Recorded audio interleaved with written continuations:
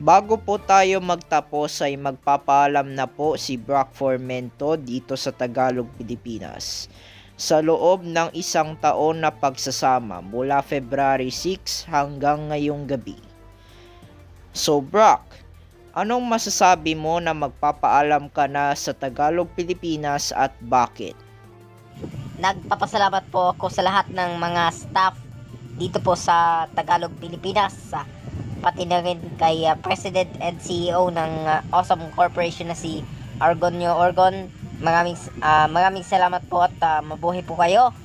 Kahit isang taon lang ako dito sa programa na ito.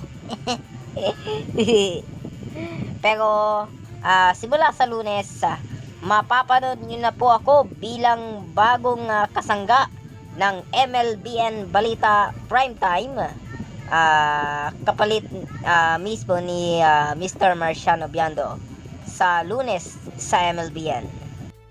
We will miss you so much. Kahit isang taon ka dito sa programa ay maalala ko rin ang mga memories na nagkwikwentuhan tayo dito.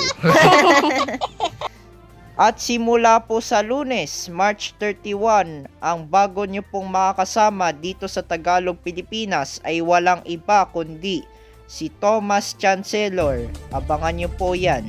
At yan ang mga balita at impormasyong iatid namin sa inyo sa buong Pilipinas. Ako po si John Deep Timbal. Tuloy-tuloy namin ihatid ang mga balitang detalyado at mas makabuluhang pagbabalita para sa inyo.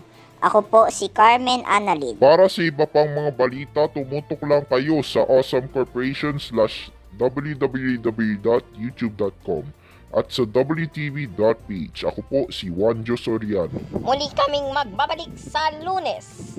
Ako po si Brock Formento. At sa huli kong... Ay, eto na. Bababayin ko ng boses ko ha.